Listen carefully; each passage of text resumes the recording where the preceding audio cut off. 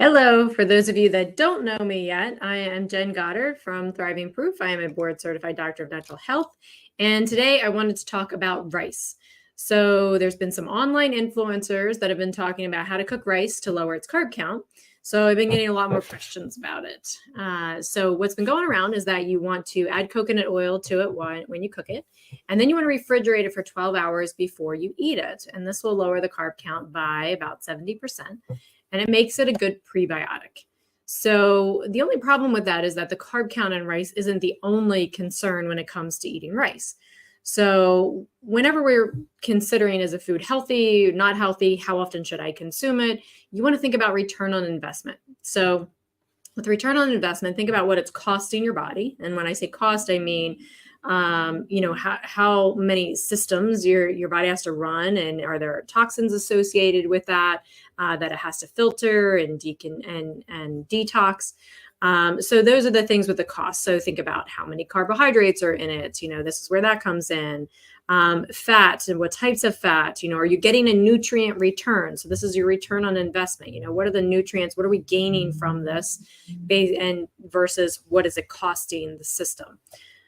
So that's one consideration, return on investment. And when it comes to prebiotics, we can get a pretty good return on investment on quite a few different foods. So it would have to, in order to make it a good prebiotic, it would have to kind of beat out some of those when we think about return on investment. The other issue is arsenic. So rice does have a tendency to absorb arsenic from the soil.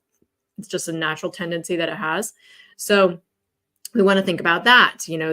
Arsenic is something that we don't want to consume in high quantities.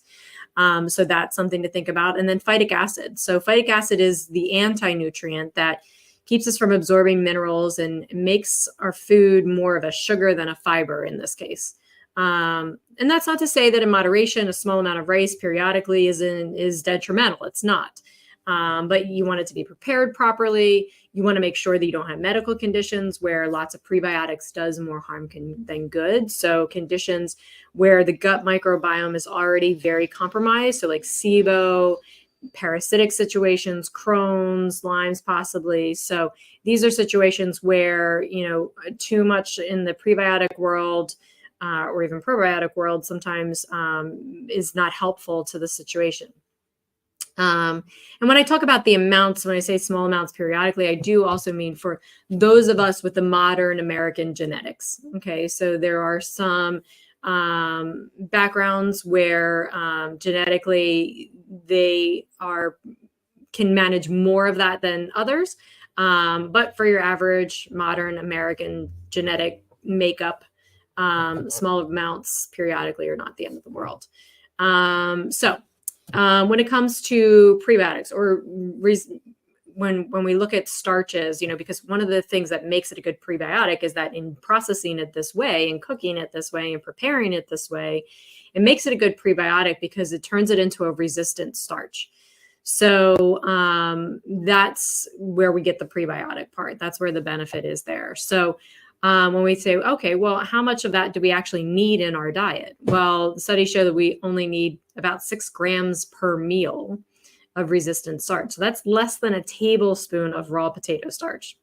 It's not a lot. So when we consider the amounts that people will often sit down and eat when you look at grains, beans, lentils, potatoes, it's or rice, it's way more than what we need. Some people are having these foods at every meal, many times a week, that kind of thing. So we want to make sure that we keep it in perspective too, that while this resistant prebiotic starch can be helpful in a lot of situations, we don't need a ton of it. And that's one thing that usually gets us in trouble. Well, if a little is good, then a lot is even better, right? No, that's not the case.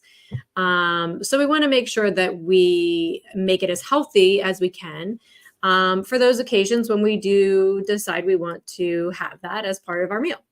So how do we do that? Well, one, before you ever cook anything, you want to soak the rice grains for 12 hours in water and rinse it very, very, very well. So that can remove up to about 80% of the arsenic in organic rice just from soaking and rinsing it. And then you want to cook it. and then you want to rinse it again. Okay. And that part of the process is going to help with the arsenic. White rice also has a lot less arsenic than brown rice. That's what gives it the brown color, is arsenic, actually. So, and we'll talk a little bit more about that, because there was this thing, well, brown rice is better than white rice. And, there's a lot of arguments to say that that's probably not the case. So where does the coconut oil come in? So when you cook coconut oil and rice together, the oil binds to the digestible starch in the rice. So that's the kind of starch that converts to glucose. And then the cooling aspect of it now creates together combined. So it's adding the coconut oil and then cooling it afterward for 12 hours before you eat it. Now that creates the kind of resistant starch. Okay. That is the one that we don't digest, so it doesn't raise our blood glucose. And some people even see a decrease in glucose and insulin sometimes when they eat it. So it acts more like a fiber than a sugar, as opposed to the other way around.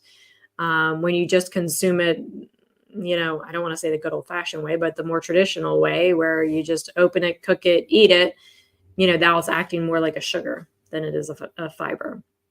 So, when it comes time to add the rice to the boiling water, that's when you're going to add the coconut oil. So if you're doing a cup of rice, you want to add about 3 tablespoons of coconut oil to it too.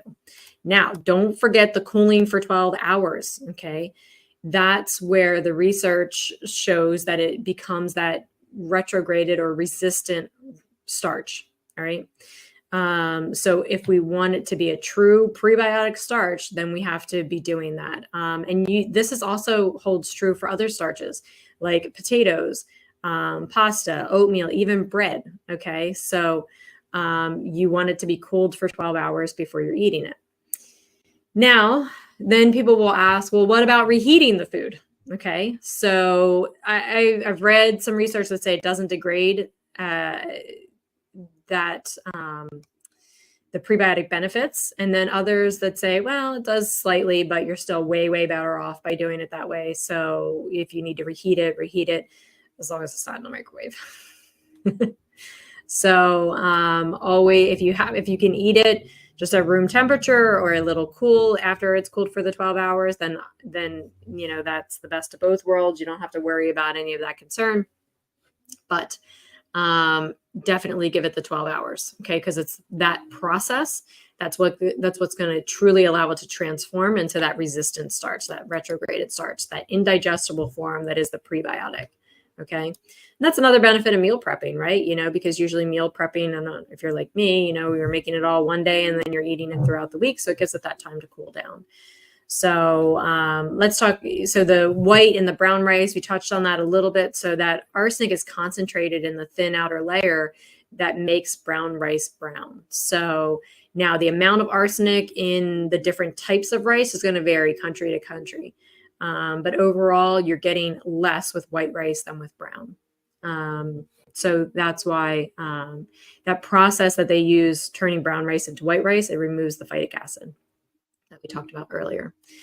So return on investment, what are some other resistant starches where, I mentioned that you can get, there are other prebiotic foods that you'll get a much better return on investment. So things like chicory root, Jerusalem artichokes, onions, garlic, leeks, asparagus, green peas, cabbage, right? That's why cabbage makes great sauerkraut. It's a great prebiotic. So these are just some ideas. Hopefully you find this helpful. If you like rice or you want to incorporate it into your diet a little bit more frequently, then this would definitely be the way to do it. So soak it first for 12 hours, rinse, cook it, add some coconut oil, 3 tablespoons to a cup when you go to cook it. Rinse again after you're done, cool for 12 hours. This is the proper way. So if you want to make a little, and you don't need a lot, remember that 6 grams per meal is a very, very little bit of it. It should be a side, not, you go into the Chinese food restaurant and you get, all of this rice with your food. That's not the amount that we need. So even if it were prepared perfectly, way, way, way too much. So You only need a little bit to complement your meals. So hopefully you find that helpful. If you have any questions, let me know. I'd like to know if you've tried this way of making your rice, if it tastes any different for you. I'd love to hear your comments.